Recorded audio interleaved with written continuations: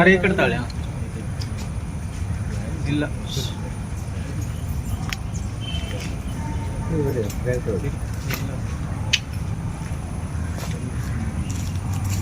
ಶುಭಾಶಯಗಳನ್ನು ಈ ಸಂದರ್ಭದಲ್ಲಿ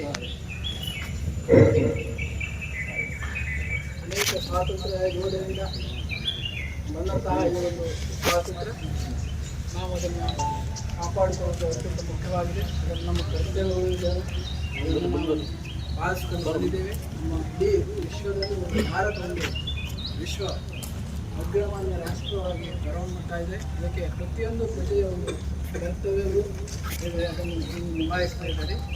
ಹಾಗೆ ನಮ್ಮ ನೀವೆಲ್ಲರೂ ಈ ತಾಲೂಕು ಆಸ್ಪತ್ರೆಯ ಸಿಬ್ಬಂದಿಗಳಾಗಿದ್ದೀರಿ. ನಮಗೆ ಬಡ ಜನರ ಸೇವೆ ಮಾಡಲಿಕ್ಕೆ ಒಂದು ಅವಕಾಶವನ್ನು ನಮಗೆ ಸರ್ಕಾರ ಕೊಟ್ಟಿದೆ. ಅದನ್ನು ನಾವು ಚಾಚು ತಪ್ಪದೆ ಮಾಡಬೇಕಾಗ್ತದೆ. ಎಲ್ಲ ತಾಲೂಕು ಆಸ್ಪತ್ರೆ ಎಂತಿರುವುದು ಅದು ನೋಡಬಲ್ಲೆನೆ ಒಂದು ದಿನ ಕಡಲನು ಕೂಡಬಲ್ಲೆನೆ ಒಂದು ದಿನ ಕಾಣದ ಕಡಲಿಗೆ ಅಂಬಲಿಸಿದೆ ಮನ.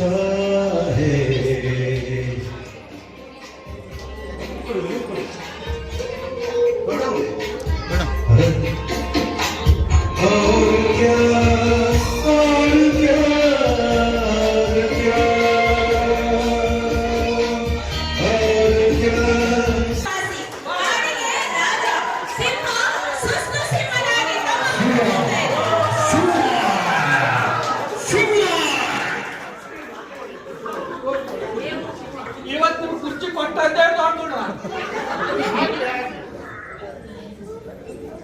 ಎಲ್ಲರೂ ಸೇರಿದಿರಿ, ಬಂದಿದ್ದಾರೆ ಅಂತ ಅನ್ಕೊಳ್ತೀನಿ ಸಭೆಗೆ.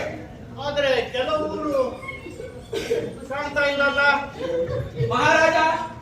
ಕೆಲವರು ಬೇರೆ ಕಾಡಿಗೆ ಹೋಗಿದ್ದಾರೆ, ಕೆಲವರು ರಜಾ ಕೊಟ್ಟಿದ್ದಾರೆ.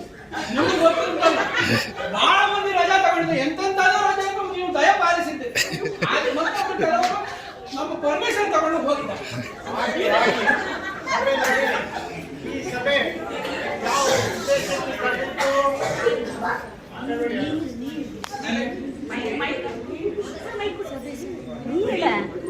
ಹೇಳ್ತೀರಾ? ಕುಲಕ್ಕೆ ಅವಮಾನ ಮಾಡ್ತಿದ್ದಾನೆ ಮನುಷ್ಯ. ಇಲ್ಲೂ ಒಂದು ಸಮಸ್ಯೆ ಇದೆ. ಇಲ್ಲಿ ನೋಡಿ, ಇಲ್ಲೊಂದು ಕರಡಿ ಬಂದು ಕೂತಿದೆ. ಇದರದ್ದೇನು ಸಮಸ್ಯೆ? ಎಲ್ಲ ಕಪ್ಪದಿದ್ದವ್ರನ್ನೆಲ್ಲ ಕರಡಿ ಅಂತ ಕರೀತಾರೆ. ಶಿವಪೂಜೆಯಲ್ಲೂ ಕರಡಿ ಬಿಟ್ಟಂಗೆ ಅಂತ ಹೇಳಿ ದೂರ್ತಾರೆ ಸರ್. ಸುಮ್ನೆ ಅಲ್ವಾ ಅದು? ಮತ್ತೆ ಜಿಂಕೆ ಮರಿ. ಮಹಾಪ್ರಭುಗಳೇ, ನಾನು ಓಡಾಡೋ ಜಾಗದಲ್ಲೆಲ್ಲ ರಸ್ತೆ ಮಾಡಿದ್ದಾರೆ. ನನಗೂ ಓಡಾಡೋಕ್ಕೆ ಮಧ್ಯ ಮಧ್ಯದಲ್ಲಿ ವೆಹಿಕಲ್ಗಳು ಸಿಗ್ತಾ ಇದಾವೆ. ಮತ್ತೆ ಅದಲ್ಲದೆ ನಂದು ಕೊಂಬನ್ನೆಲ್ಲ ಮನೇಲಿ ತಗೊಂಡೋಗಿ ಶೋಪೀಸ್ ತರ ಇಟ್ಕೊಂಡಿದ್ದಾರೆ. ಅದು ಸಾಲದು ಅಂತ ನನ್ನ ಹೆಸರಲ್ಲಿ ಸಿನಿಮಾಗಳಲ್ಲಿ ಹಾಡು ಬೇರೆ ಮಾಡ್ಕೊಂಡು ಹಾಡೋದನ್ನ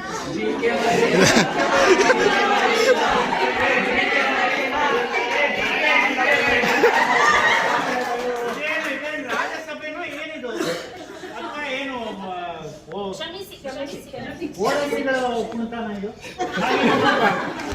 ಫಿಟ್ಟಾಗಿರ್ಬೇಕು ಎಲ್ಲರೂ. ಹಾ. ಈಗ ತೋಳದ ಕಥೆ ಏನು? ತೋಳ ಬಂದಿದೆಯಲ್ಲ.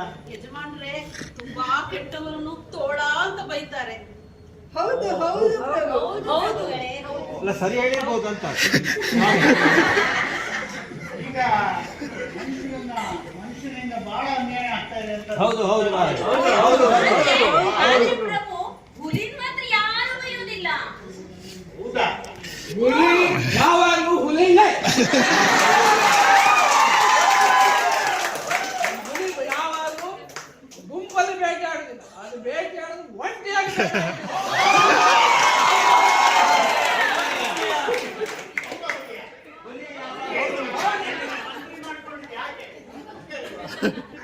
ಪ್ರಭುಗಳೇ, ಆದ್ರೆ ಹುಲಿ ಹೀಗೆ ಡೈಲಾಗ್ ಹೊಡೆದು ಮಾನವ ಹುಲಿ ತಗೊಂಡೋಗಿ ಪಂಜರದಲ್ಲಿ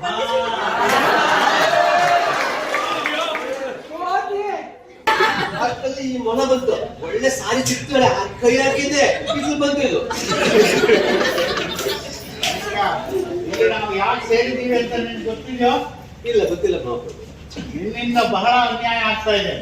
ಒಬ್ಬರೊಬ್ಬರೇ ಹೇಳಿ ಏನಾಗ್ತಾ ಇದೆ ಅವನಿಂದ?